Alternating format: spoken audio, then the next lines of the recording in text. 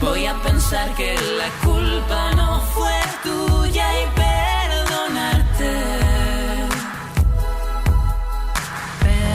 Son las 5 menos 20, las 4 menos 20 en Canarias. Estamos en La Ventana tomando café, Matías Vallés, Arturo Lezcano, Rafa y yo.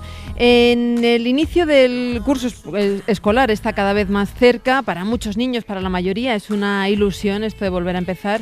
Pero para otros, en concreto para 1 de cada 10, es una pesadilla. 1 de cada 10 niños de educación primaria sufre acoso escolar y 1 de cada 3 víctimas no comparte este bullying con nadie más, se lo callan.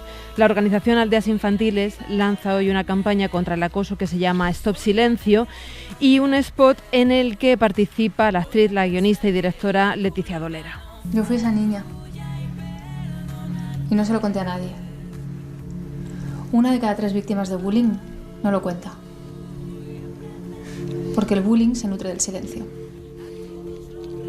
Saludamos a Mónica Revilla, que es coordinadora de la campaña de sensibilización contra el acoso escolar de Aldeas Infantiles. Mónica, buenas tardes. Hola, muy buenas tardes. El vídeo de esta campaña transmite un montón de cosas. Las emociones dolorosas que experimentan los que sufren bullying. Destaca sus consecuencias de por vida, o sea, esto no es una cosa que se queda solo durante el periodo lectivo, digamos, y esa ley del silencio que envuelve todo, ¿no? Sí. Así es, lo primero que me gustaría decir es que bajo esta ley del silencio, desgraciadamente, estamos todos. Como se puede ver en el vídeo, están los niños, las niñas, los adolescentes que no lo cuentan, básicamente por miedo, por no hacer daño a sus familias también. Están los profesores que muchas veces no se enteran porque estas acciones pues ocurren cuando el profesor está o dado la vuelta o es en ese cambio de clases o como se puede ver en el vídeo cuando vas hacia el baño, ¿no? Y hay esos momentos de terror. Y por otro lado también tenemos a los centros escolares en general que, salvo honrosas excepciones, pues tienden a minimizar y a no hablar del tema del acoso, ¿no? de esta lacra. Por lo tanto, con lo que nosotros nos quedamos es con dar visibilidad a este problema, porque como se suele decir, si no hablas de ello no existe, ¿no? Y es imposible solucionar un problema si no se pone el foco en él. Empezando por lo positivo, quería recordar que Nova Lyles, el ganador de los 100 metros lisos en París, sufrió acoso infantil porque él había sido asmático, era un niño débil y había sido la víctima de sus compañeros y hoy es medalla de oro de los Juegos. Es decir, que del acoso por fortuna se sale, pero no se sale con el apoyo de los colegios, porque yo he tenido que informar sobre casos de acoso escolar en colegios y nunca he recibido una actitud tan hostil de una autoridad como de estos centros que, como tú dices, a veces no, para mí siempre lo ocultan y lo niegan, incluso se acaba esta ceremonia del acoso con que la víctima, el acosado, la víctima del matonismo tiene que cambiar de centro. ¿Esto sigue siendo así? ¿Sigue pagando encima el pato a la víctima? Pues sí, sigue siendo así. Sí que es verdad que hay historias de resiliencia como la que acabas de contar, pero bueno, lamentablemente hay otras que, como podemos ver, esas heridas emocionales que se quedan en el niño, pues permanecen hasta la edad adulta y esto pues les influye a la hora de relacionarse en su día a día, ¿no? Relacionarse a la hora de hacer amistades, hay una pérdida evidentemente de autoestima, hay una falta de confianza y todo eso pues tiene que recuperarse y no siempre es fácil. Es más, es muy, muy complicado porque siempre te queda ahí ese daño. Es como si tuvieras una semillita que de pronto algo se dispara y vuelves a sentir aquello que sentiste, que es ese miedo, esa ansiedad, ese terror. Bueno, pues es complicado, la verdad. La campaña habla de todos estos años y vosotros que lleváis tantos, 25 creo, pues sensibilizando sobre este tema, pero la pregunta es, ¿notáis más acoso escolar ahora? ¿Es que se le da o le damos todos mayor visibilidad por suerte o realmente hay un incremento?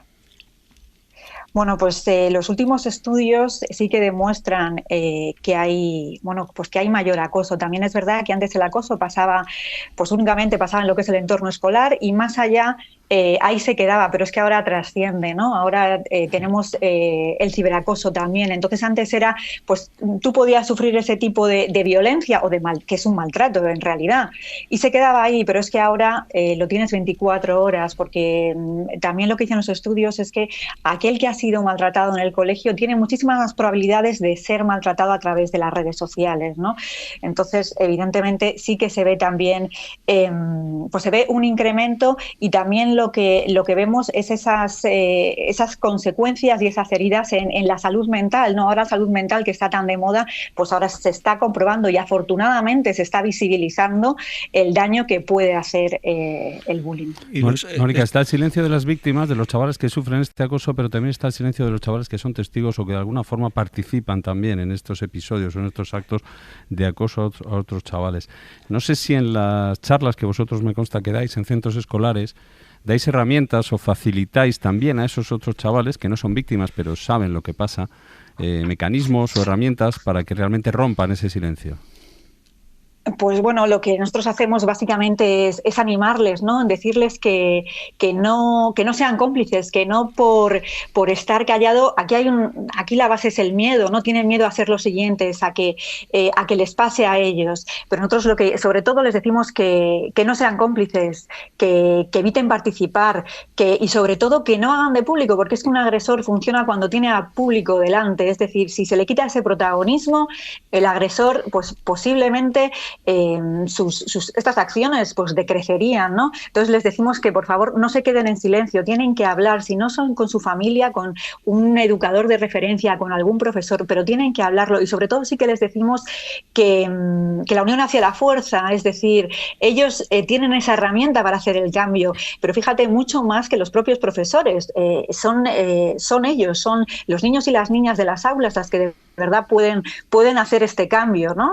Apoyando a la víctima, mostrando empatía y sobre todo también nosotros consideramos importantísimo, y es algo que estamos pidiendo, es que se incluya en el currículum oficial de todos los colegios la educación emocional, una educación emocional que acompañe pues desde la educación infantil, la primaria y la secundaria, porque solo así creemos que podemos acabar, ¿no? Es lo que te iba a preguntar, Mónica, porque supongo que claro que uno de los objetivos es no llegar a que ya el abusador acose a la víctima, ¿no? Sino que hay un trabajo de prevención previo. ¿Cuáles son para vosotros las claves para prevenir el bullying, además de la educación emocional que cuentas?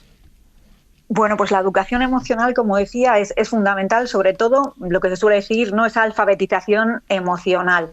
Que ya desde pequeño tú sepas darle el nombre a la emoción que sientes y que además sepas gestionar esas emociones. También consideramos fundamental la formación al profesorado. Lamentablemente no se puede prevenir ni se puede actuar cuando no existe en el currículum oficial de los planes de estudios de todas las carreras relacionadas con la docencia. No existe una asignatura ni nada que esté relacionado con el acoso, con lo cual muchas veces los profesores no saben porque no tienen esa formación.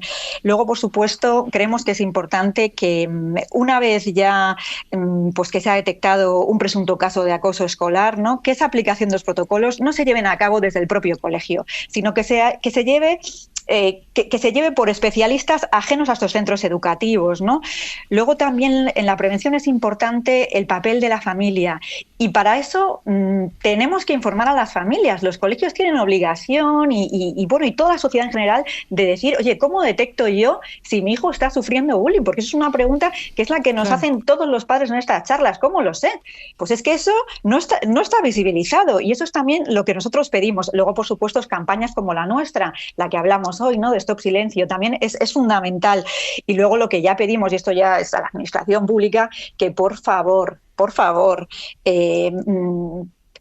hagan estadísticas oficiales y que reflejen la realidad en torno al acoso. Es decir, no será posible erradicarlo con éxito si no sabemos el número de niñas y adolescentes que lo sufren.